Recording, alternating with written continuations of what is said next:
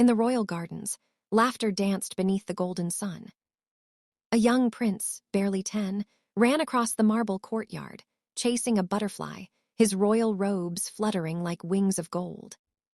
By the fountain stood a little girl, Mira. She watched him shyly, her eyes filled with quiet wonder. When the butterfly landed near her, the prince stopped, their eyes met. "Hey, that's my butterfly," he said, a pout tugging at his lips. Mira smiled, her voice gentle. "How can a butterfly belong to you?" she teased. From that day, the gardens knew their laughter. Every evening they played, two souls from different worlds, bound by innocence.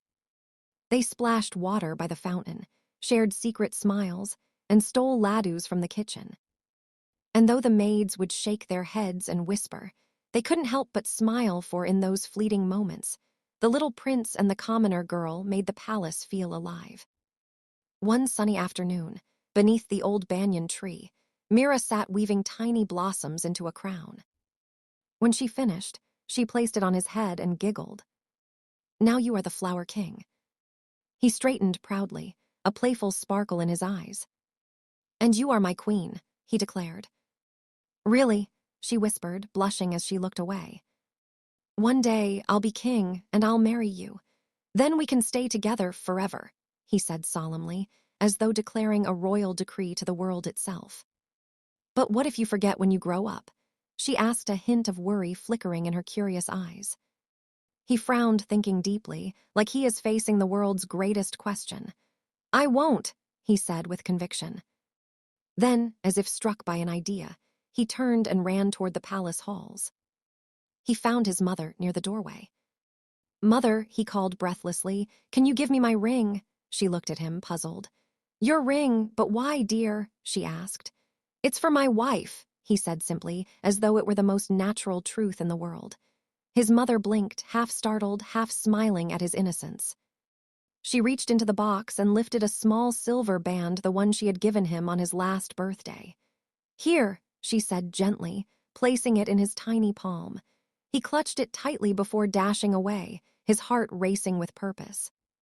He came back running, the ring warm from his grip. He found her waiting by the garden path. "Come with me," he said, his small fingers curling around hers. "Where?" she asked, startled by his sudden urgency. "You'll see," he whispered, a secret smile playing on his lips as he led her through the fading light. To the old church. The world seemed to hold its breath.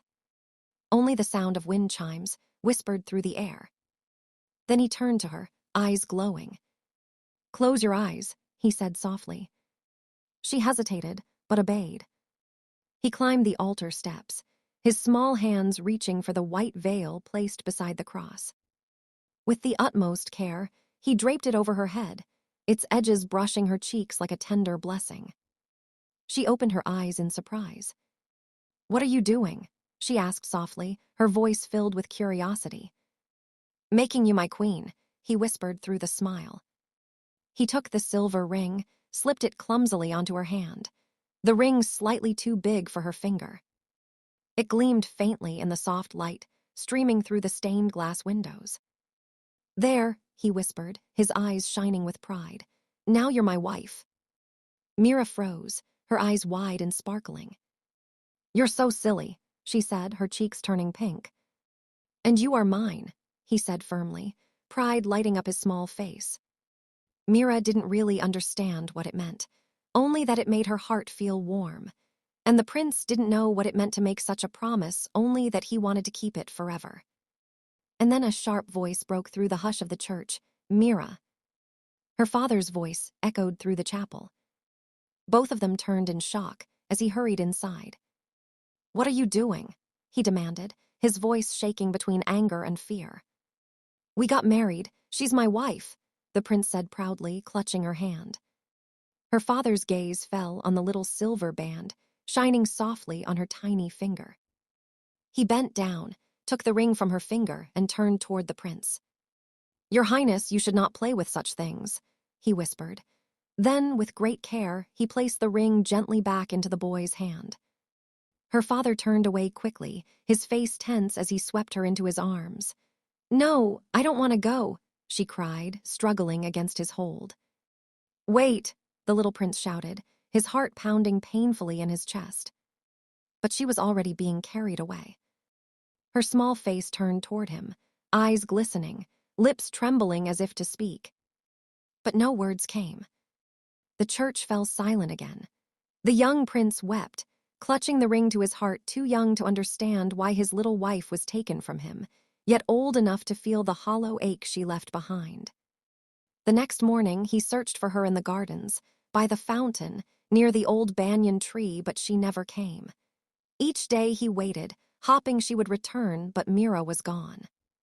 Soon he learned she had left with her father without a word, without a goodbye. Years passed. The little boy who once ran through the palace gardens had become a man, tall, poised, and noble. In just a week, the young prince would be crowned king. The palace buzzed with celebration, the kingdom eager to welcome its new ruler. Yet amid all the grandeur, his heart often drifted to the past, to laughter beneath the trees and those brown eyes that had haunted his dreams ever since. That afternoon, tired of the endless rituals and council meetings, he disguised himself in a simple cloak and slipped into the market. He wanted to breathe freely, to walk among his people, to remember what it felt like to just be him. The marketplace was alive with colors and sounds, merchants calling out, children laughing, and the scent of roasted sweets drifting through the air. He walked slowly, his eyes scanning the crowd, and then he froze. Across the busy street, near a flower stall, stood a young woman arranging garlands. Her head was slightly bowed, the sunlight glinting off her long braid. Something about her, the way she tucked a strand of hair behind her ear, the soft calm in her movements, struck him like lightning. His breath caught in his throat. It couldn't be. He took a step forward, eyes locked on her, the memories rushing back in waves. "Mira," he whispered. But just as he began to cross the street, a group of carts rolled past, blocking his view. When they passed, the girl was gone. He searched frantically, turning in every direction. But she had vanished, leaving only the echo of a memory behind. He couldn't believe it was truly her. But he had to find out. Back at the palace, the air buzzed with preparations for his coronation, yet his heart remained restless. Each morning he rode through the city in disguise, still searching. And at night, gazing over the golden city, he whispered into the wind. "Where are you, Mira?" he whispered. The wind carried his words into the darkness, like a promise that refused to fade. The day of the ceremony arrived. The grand hall blazed with gold and light. The prince knelt before the throne as the crown was placed upon his head. Applause thundered through the hall, voices rising in celebration. "Long live the king!" they cheered, their echoes rolling like waves through the palace walls. He rose slowly, his expression calm, his heart strangely hollow. The moment he had been prepared for all his life. The dream of his ancestors should have filled him with pride, but all he felt was the ache of someone missing. He stepped out onto the grand balcony to address his people. The courtyard overflowed with citizens, thousands of faces looking up with joy and devotion. But then something caught his eye. In that instant, his world stopped. The noise of the drums, the cheers, the clamor, everything faded into silence. It was her, Mira. The same calm eyes, the same quiet grace. Though years had passed, he would have known her anywhere. Without thinking, he left the balcony. His parents called after him, fear in their voices, but he didn't stop. Through the marble halls, past ministers and guards, his eyes never left her. He reached the courtyard, pushing through the crowd until she was right in front of him. For a moment, he didn't speak. He couldn't. He only looked at her. "Then, Mira," he whispered, "I finally found you." Voice came out soft, breaking under the weight of years. Gasps tore through the courtyard. Guards rushed forward. "Your Majesty, please stop," one shouted, panic in every word. "Miss, please leave," another ordered, stepping toward her, hands moving to guide her away. Arav's chest heaved. Fury and desperation ignited in his eyes. He pushed past the nearest guard. "No one touches her. She is my wife." His voice cutting through the chaos. The guards froze, the ministers exchanged uneasy glances, and even his parents went pale with shock. Arav lunged forward, desperate. His hands reached for her, but Mira had already disappeared, slipping into the crowd like a wisp of smoke. In the palace chambers, the air felt thick and almost suffocating. His father's eyes blazed with anger. "Arav, do you even realize what you've done?" His father's voice cut through the heavy silence. "Do you care to explain yourself?" he demanded, his gaze fixed sternly on his son. "Ara, why did you do that? Why did you create such a scene? Why did you call that girl your wife?" his mother asked, her voice filled with concern. "Mom, because she is my wife, the one I've searched for all these years." Arev's voice rang sharp, desperate, trembling with raw emotion. "Stop! Do you even realize the scandal you've caused?" his father snapped, his jaw tightening, shock and anger warring in his eyes. "I don't care." Arev's voice cut through the room. "She is my wife, and I will not let anyone take her from me. Not the kingdom, not the crown, not anyone." The words struck like lightning. His mother's eyes widened with disbelief, and even his father's stern composure cracked, the fury in his eyes giving way to stunned disbelief. The night passed in a storm of emotions. Arev could hardly sleep, his mind replaying every moment. Mira's fleeting gaze, her disappearing into the crowd, the words he had shouted in the palace. His heart ached, restless, unwilling to wait. When the dawn broke, a messenger arrived, trembling. "Your Majesty, Lady Mira has been kidnapped." His words cutting through the air like a dagger. For a moment, Arav didn't move, his blood turned to ice. "Who?" he demanded, his tone low and dangerous. "They were men of Arjun Rathor." The messenger swallowed hard. Fury ignited in him. Arjun Rathor, his oldest rival, his enemy, had dared to touch her. Arav's fists clenched, his eyes burned. "He has touched what is mine now, will suffer the consequences." His men tracked the kidnappers to an abandoned fort at the edge of the valley. He mounted his horse and rode into the night, the storm raging around him like an echo of his heart. He dismounted before the gates even opened, sword drawn, eyes blazing. Moments later, the door to the chamber burst open, and there she was, lying on the ground, her wrists bruised, her face pale, her body barely moved. "Mira," Arav whispered, his voice breaking for the first time. He rushed to her, he dropped to his knees beside her. "Mira, open your eyes, please." He pleaded, his voice breaking, trembling with fear. She didn't respond. He brushed his fingers against her cheek. Her skin was cold, lifeless. He lifted her gently into his arms, as though she were made of glass, and walked out. He rode through the storm, the wind howling, the night raging around him. He held her close, so close, her fragile heartbeat seemed to echo with his own. He wrapped his cloak around her, shielding her from the merciless rain, as if his warmth alone could keep her alive. The palace gates burst open as Arav rode in, his cloak streaked with dust, his cradling her against his chest. No one dared to question their king as carried her straight into his private chambers. He laid her gently upon the silk-draped bed. "Call the royal physician." His command thundered through the room. The doctor moved quickly, examining her as the king paced restlessly, every heartbeat echoing in the tense silence. "She's weak, Your Majesty," the physician said finally. "She must have fainted from exhaustion or fright. She'll wake soon, but she needs rest." Arav exhaled slowly, the tightness in his chest easing just a little. The physician handed over the medicine, bowed deeply, and hurried out. He sat beside her, his gaze fixed on her pale face. His hands reached forward, gently brushing a stray strand of hair from her forehead. A guard stepped forward, voice trembling. "Your Majesty, her parents, they are requesting to see her." Arav's eyes darkened, a storm behind his gaze. His jaw clenched and his fingers tightened around hers as if afraid to let go. "Tell them she is resting. They can't see her now," he said, his voice low, cold, and absolute, leaving no room for argument. From outside came a trembling cry, her mother's voice, raw with fear and pleading. "Please, just once our daughter." He did not flinch. He did not answer. He would not yield. He won't anyone take her away from him. The next day, Mira slowly stirred, her eyelids heavy and reluctant. She blinked against the soft morning light streaming through the tall windows, disoriented. The room around her was unfamiliar, walls draped with rich curtains, golden lamps casting warm shadows, and delicate flowers arranged on a low table. Every detail seemed both foreign and strangely comforting. That's when her eyes fell on him, Arav, who sat beside the bed, his gaze unwavering, fixed on her as if she were the only thing that mattered in the world. "Mira," he whispered, relief threading his voice. She tried to sit up, her body weak and trembling, fingers clutching the sheets for support. Before she could rise fully, he was there. His hand rested carefully on her shoulder. "Don't," he said softly. "You're still weak."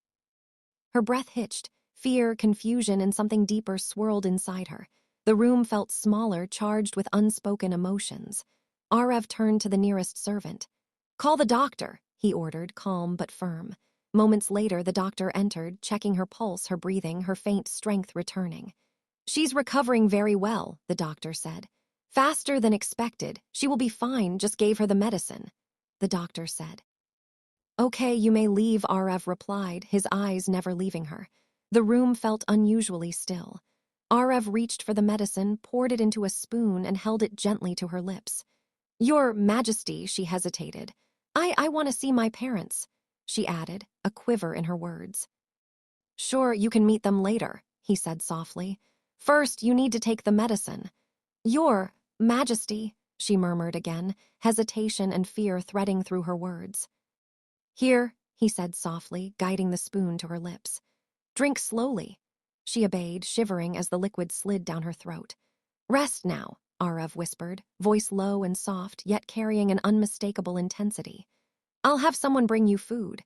He helped her lean back against the pillows, eyes never leaving her face, watching every small movement, every shallow breath, as if he could shield her from the world with his own hands.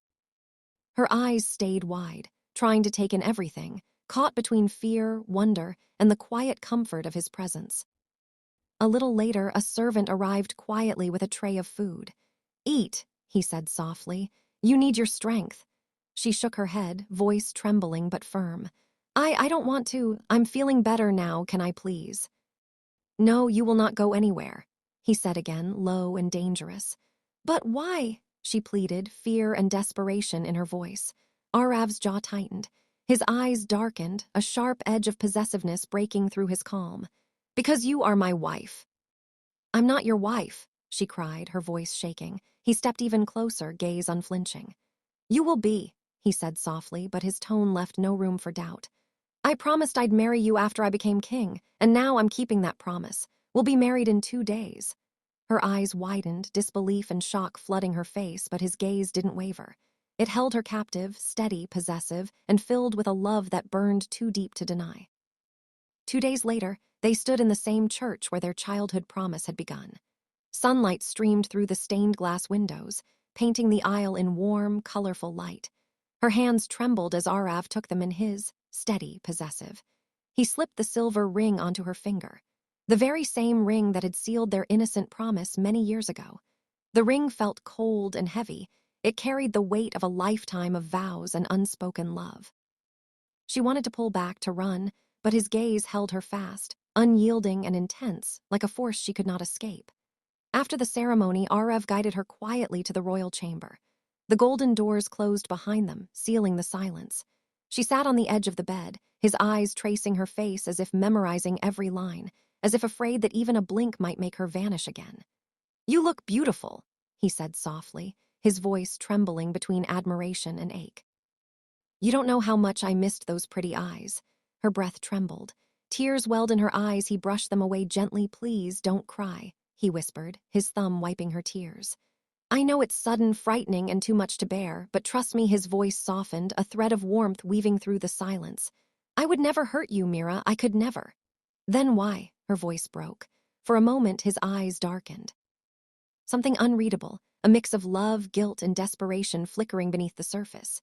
He stood slowly, offering his hand. "Come with me," he said quietly. They stepped into the royal garden, the night air wrapped around them, cool and still. Above, the stars shimmered faintly, their soft light falling over marble and moonlit roses. At the very heart of the garden stood a statue. Of her own from years ago, a little girl with a flower crown, smiling. Her eyes widened, breath catching in her throat. The world seemed to still. He looked at her, eyes filled with longing and pain. "Mira, you asked me why," he said, his gaze never leaving her face. "Because I could never forget you. I never wanted to." His voice was quiet, but every word trembled with years of longing. "I tried," he confessed softly, a bitter smile touching his lips. "I tried to bury your memory beneath duty, beneath the crown, beneath everything they said I should be, but you were always there. Every time I closed my eyes, I saw you, that little girl smiling at me like I was her whole world." He broke. You don't know how long I've waited just to see you standing before me, real not a dream to hold you in my arms. Tears glimmered in her eyes, catching the silver of the moonlight. She wanted to speak, to say something, anything, but no words came. He took a hesitant step. May I? He asked, his voice barely above a whisper. Something in his tone, the fragile hope, the ache, broke through her fear. She looked up at him, eyes trembling. Standing in front of was not the king but the boy she knew, then gave the smallest nod. He stepped closer, carefully, as if afraid she might vanish. He drew her into his arms, her head rested against his chest, feeling the steady rhythm of his heart, strong, certain, and full of peace. And under the starlit sky they found their forever.